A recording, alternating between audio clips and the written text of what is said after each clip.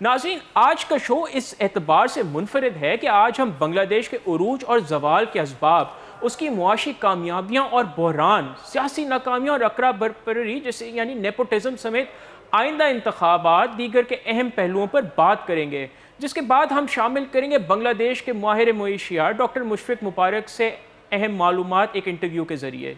बांग्लादेश में सियासी मंजरनामा एक बड़ी तब्दीली से गुजर रहा है। साबिक वज़ीर आज़म शेख हसीना के मुल्क छोड़ने के बाद इनकी अवामी लीग की गैर मौजूदगी ने एक खला पैदा कर दी है, लेकिन अब सवाल यह है कि इस खला को कौन पुर करेगा। बिल्कुल दुरुस्त का अरीबा आपने, क्योंकि मैं बताऊं नाज़रीन को कि शेख हसीना ने 5 अगस्त को इस्तीफ़ा दिया जब तलबा की क़यादत में होने वाले मुजाहिरों ने सरकारी मुलाजमतों के कोटे सिस्टम के खिलाफ एक बड़ी तहरीक की शक्ल इख्तियार की, जिसके बाद अब एक अबूरी हुकूमत मुल्क चला रही है जिसकी सरबराही नोबेल विनर यानी डॉक्टर मोहम्मद यूनुस कर रहे हैं। इस हुकूमत में 2 तालिब इल्म रहनुमाओं को भी अहम ओहदे दिए गए हैं। ह्यूमन राइट्स वॉच के मुताबिक इन मुजाहिरों पर कार्रवाई के दौरान सैकड़ों अफराद हलाक हुए और हज़ारों ज़ख्मी हुए।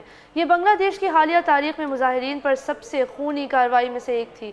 अबूरी वजारत सेहत के बयान के मुताबिक 1000 से ज़ायद अफराद हलाक हुए हैं और 400 से ज़्यादा तलबा अपनी बेनाई खो चुके हैं। अब सवाल ये है कि क्या बांग्लादेश नेशनलिस्ट पार्टी यानी BNP इस सियासी खला को पुर करेगी, क्योंकि नाज़रीन गुज़िश्ता 3 अशरों से बांग्लादेश पर या तो शेख हसीना की अवामी लीग ने हुकूमत की है या उनकी हरीफ खालिदा ज़िया की BNP ने। BNP के तर्जुमान रूहुल कबीर रिजवी अहमद ने कहा है कि वो सियासी इस्लाहात और इंतखाबात के लिए एक रोड मैप बनाने के लिए दीगर जमातों से बात करने को तैयार हैं।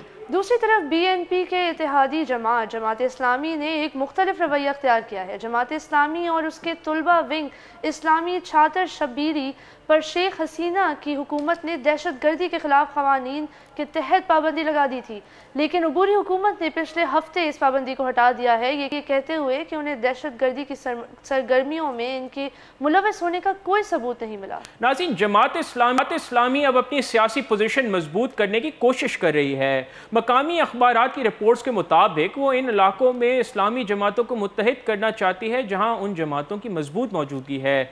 जमात के मरकज़ी सेक्रेटरी मतियुर रहमान ने कहा है कि उन्होंने एक इस्लामी इत्तेहाद बनाने पर बातचीत की है।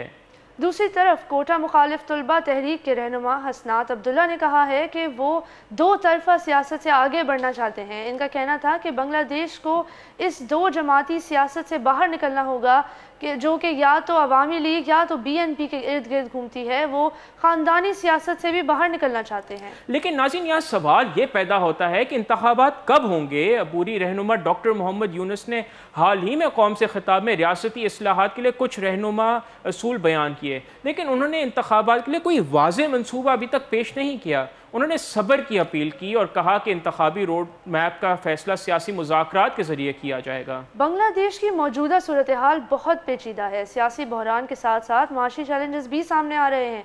नई हुकूमत को ना सिर्फ मईशत को मुस्तहकम करना होगा बल्कि आज़ाद और शफाफ इंतखाबात भी करवाने होंगे, और ये यकीनी बनाना होगा कि हुकूमती पॉलिसी साजी मफाद परस्त ग्रोहों के कंट्रोल में ना आए।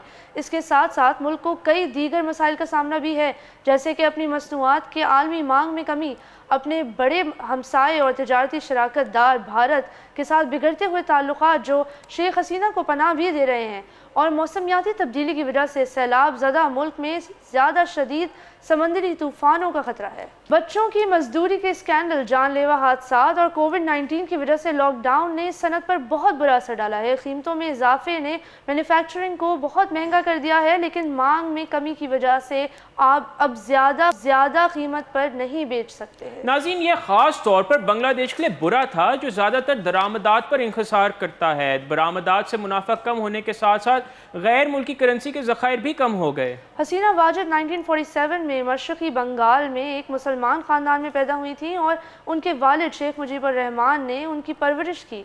वो एक सियासी ख़ानदान की रुकन थी। उनके वालिद के कत्ल के बाद हसीना वाजिद जिला वतनी में रहीं। 1981 में बांग्लादेश वापस आईं और अवामी लीग की कायद बनी। वो पहली बार 1996 में इक़्तिदार में आईं। उन्होंने भारत के साथ पानी की तकसीम का मुआहदा और मुल्क की जनूबी मशरक़ में कबायली इलाकों के साथ अमन मुआहदा करने के लिए उनको क्रेडिट दिया जाता है। नाज़रीन, आपको इस मज़ीद हवाले से आगाह करें, लेकिन इसी वक्त उनकी हुकूमत पर मुतअद्दिद मुबैना करप्ट कारोबारी सौदों और भारत के सामने बहुत ज़्यादा सर झुकाने की तनकीद की गई। بعد میں 2001 میں اپنے سابقہ اتحادی سے دشمن بن چکی بیگم خالدہ ضیاء سے ہار گئیں، جو کہ بنگلہ دیش نیشنلسٹ پارٹی BNP کی تھی۔ حسینہ بالآخر 2009 میں نگراں حکومت کے تحت ہونے والے انتخابات میں واپس اقتدار میں آئیں۔ حالیہ احتجاج اقتدار سنبھالنے کے بعد سے حسینہ کے لیے سب سے سنگین چیلنج تھا۔ یہ احتجاج ایک انتہائی متنازع انتخاب کے بعد ہوا اور جس میں ان کی پارٹی کو لگاتار چوتھی پارلیمانی مدت کے لیے دوبارہ منتخب کیا گیا۔ انتخابی مبصرین نے اس انتخاب کو جعلی قرار دیا اور مقامی میڈیا سے بھی اس دھاندلی کے بارے میں کافی زیادہ ذکر کیا۔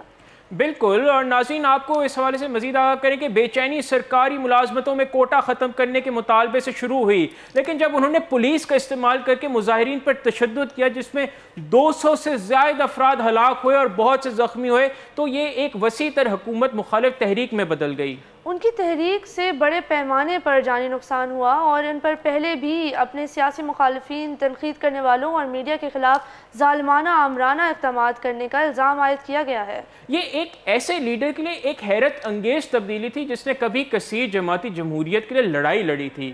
انسانی حقوق کے گروپس کا تخمینہ ہے کہ 2009 میں حسینہ کے دوبارہ اقتدار سنبھالنے کے بعد سے کم از کم 600 جبری غائب ہونے کے واقعات ہوئے ہیں۔ اس کے علاوہ سینکڑوں افراد غیر قانونی قتل کا نشانہ بھی بنے۔ بنگلہ دیش کی سیکیورٹی فورسز پر بھی سنگین بدسلوکی اور تشدد کا الزام لگایا گیا۔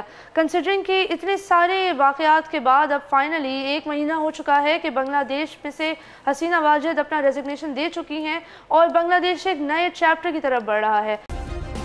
سبسکرائب کریں اور بیل دبائیں تاکہ کوئی خبر رہ نہ جائے۔